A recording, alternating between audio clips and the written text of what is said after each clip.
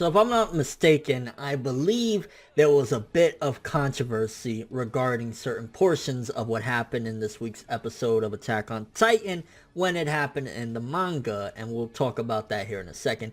Essentially, this episode, of course, taking off from where the last one left off, we're getting to see a little bit more of the distrust that the people have for Eren's group. Eren's group, even though they're very capable, they've showcased they were the reason pretty much that the female Titan was taken down, but still they're being shafted to the side and they're having to move far away from everything that's going on. And it's like, you would think naturally, first of all, Eren, he has the powers of a Titan, you would want to have him on the forefront taking this shit out, right? You know, but you could definitely say that they still have distrust in his group. Maybe not necessarily entirely against him, but in general, because of what happened with Annie and everything, you know, the revelation of, hey, we have traitors amongst us, they're keeping them far away. So it's kind of like a little iffy situation. I did like the little bits that they continue to have in there with like Mikasa saying, hey, you know, put on the hoodie, you know, it's gonna be cold out there. I'm like, yeah, she's a bae. She's definitely a bae. And then, of course, them continuing on with Pastor Nick. And this motherfucker, the interesting question that Hanji brought up was, yo, maybe this guy, the reason why he's not giving us what we want to know is that what he knows is far more even important than the continuing living of humanity's future. Because why else would somebody be that much of a dick to not give the information of, hey, you know, I know this, I know that, this could help us out against the Titans or whatever, because Armin was theorizing, and it kind of makes sense that the walls are created from Titan, you know, hardening, because if you think about it, there's Titans in the walls, they saw there was a Titan in there, it makes sense. And it's kind of like when they did break the walls, they broke the gate, they didn't really necessarily break the wall like that. So it also makes you question exactly what's going on there and how does Pastor Nick have this information and how much about this does he truly know and why isn't he giving up information. I love when even Levi's pulling out the gat. He's like, you know, there's ways to make him talk. Hanji's like, I already tried the Batman method, bro. Like, sit down. I tried it. It don't fucking work with this motherfucker. I was like, yeah. Now, the part that was controversial when it happened in the manga and a lot of people kind of called out Hajime Isayama was the stuff that happened with Sasha, which it was good development and getting a little bit more insight into her character. And I like the overall message as well, because there was a big message in there that at the end of the day, fuck what people say, be yourself. You don't have to dress up and hide no matter how embarrassed you are about where you come from, because who cares what people think? And even though, in a way, Ymir was looking like an asshole and Crystal was like, hey, stop it, what Ymir was doing was actually a good thing. She was basically trying to tell Sasha, like, don't be embarrassed. Well, fucking talk how you want to talk. Why are you hiding it for? I like that. It's like, it was some tough love, but it was needed. And I think that Krista probably took it the wrong way in a sense, because she was kind of being a dick about it. But nevertheless, Ymir was right. She was doing a good thing. She was trying to tell Sasha, just be you, even if you have broken accents or whatever, because, you know, it's a little bit hard to understand if you don't understand about different dialects or whatever. Pretty much, seemingly what Sasha, the way she talks, is kind of like, you know, more of a country thing, and there's like kind of a different twist to the way she talks compared to like the average speaker. And it also gives us insight as well why she always looks like this campy happy person, because she's been kind of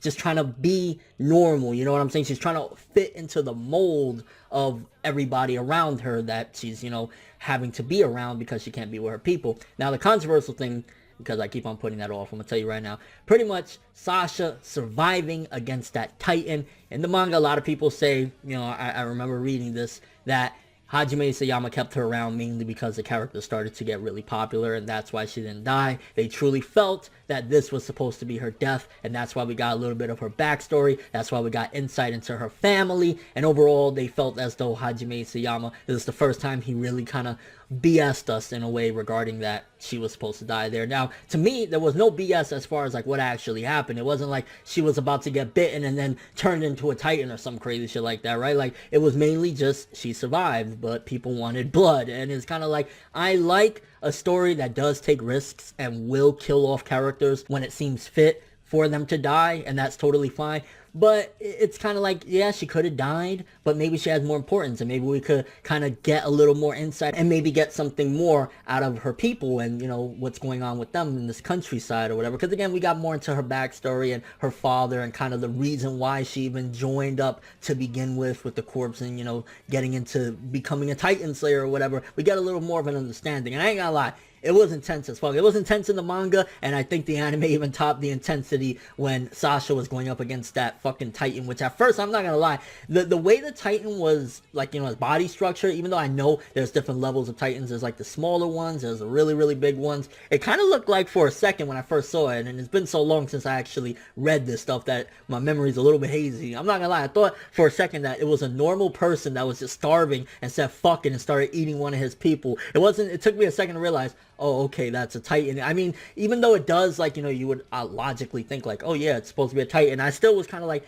that looks like a regular dude that's just really fucking, like, you know, gone batshit crazy and just started eating motherfuckers. But no, it was indeed a Titan. And of course, Sasha went in, and I like that it shows her overcoming her fear, because Sasha, if you remember in season 1, people were coming at her as well because she would kind of fuck shit up and she would be scared, and Mikasa had to come in and save her a couple times, and she was never really the brightest, you know, the sharpest tool in the box, so to speak. She was never really that. But in this one, she stepped up. She was fucking, like, starting to slam that axe, and it really makes you think exactly how fucking strong is these nape of the necks. If she has an axe and she's slamming it and it ain't cutting this motherfucker's head off or going straight through, these motherfuckers, they got some hard things. And that also means that the maneuver gear and the swords that they use, the actual gear, yeah, that's some next level shit, because if an axe isn't taking this dude's head off, they have some serious equipment, so to speak. And, you know, her just slamming it and then running away and then even fucking just stabbing him in the eye with the arrow, which, by the way, I believe the scene people thought was supposed to be Sasha's death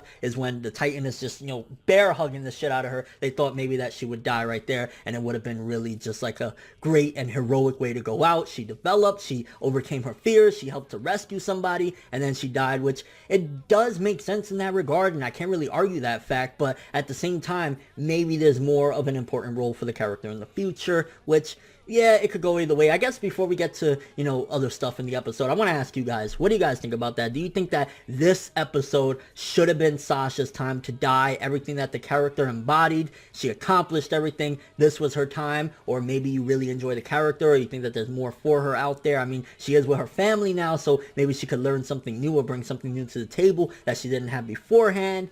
And your thoughts on that, because again, I remember it being controversial and people being pissed off about it, and I'm like, yeah, I could see why they were pissed, because it does look like this was supposed to be her death. But at the same time, and I mentioned this before, series like Akame ga Kill, that spam death over and over and over, when you do that in a series, arbitrarily killing off characters, it's kind of like, it loses its impact. So I'm kind of 50-50 there. Maybe she should have died, but at the same time, again, she's a fan favorite. A lot of people love the character, and at the end of the day, maybe she could do something really cool in the future and have a more, if she is going to die, heroic death. I mean, she did save that little girl, so maybe there's more in store for her character and more that she can accomplish throughout the series. And the end of the episode, I ain't gonna lie, that ending, I remember reading that particular part. What I'm referring to is the stuff when Connie gets to his village and sees that fucking giant, sick, mentally disturbed Titan just laying upside down on the house. I'm like, yo, really, really nicely done. I knew they were going to do it nice, because again, do I really got to comment on the art and animation?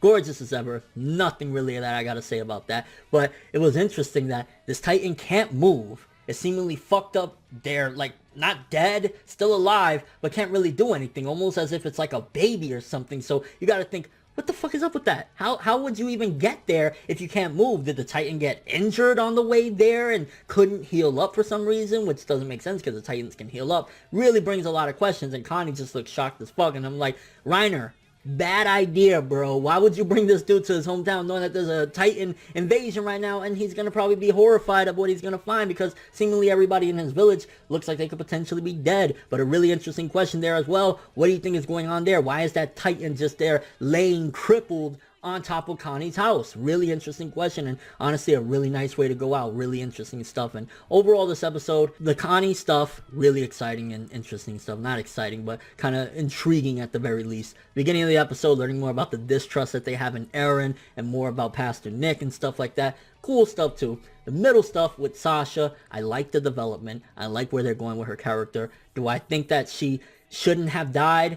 Not necessarily. I do think in a way that maybe that would have been a great way to go out because she accomplished many things. She got over her fear of people. She's, just being herself, and that was one of the messages there. And she accomplished this, so maybe it should have been her time to die. And yeah, the episode as a whole, not as great as last week's episode, but still a really awesome episode. I want to say 8 to an 8.5 for this episode. Probably the 8.5. Still really interesting stuff. Art and animation hitting on fucking the mark and a half. And yeah, I liked it, but kind of curious what you guys think about this episode. What do you think? Should Sasha have died? Should she have died? Or nah, you want her around? What do you think is going on with that Titan on top of Connie's house? What do you think about the distrust and Eren and them? I mean, Eren saved them before. Why are you gonna distrust him now? He fucking stopped the female Titan, bro. Any overall thoughts of Attack on Titan Season 2, Episode 2? But that's all I have for this one. Thanks for watching. Hope you enjoyed. If you liked anything I had to say or enjoyed the video, drop me a like. I'd greatly appreciate it. And if you want more from me, make sure to subscribe. Follow me on Twitter, Instagram, and stalk my Facebook to get more when the video ends. I'm ForneverWorld, and as always, people, have an awesome day.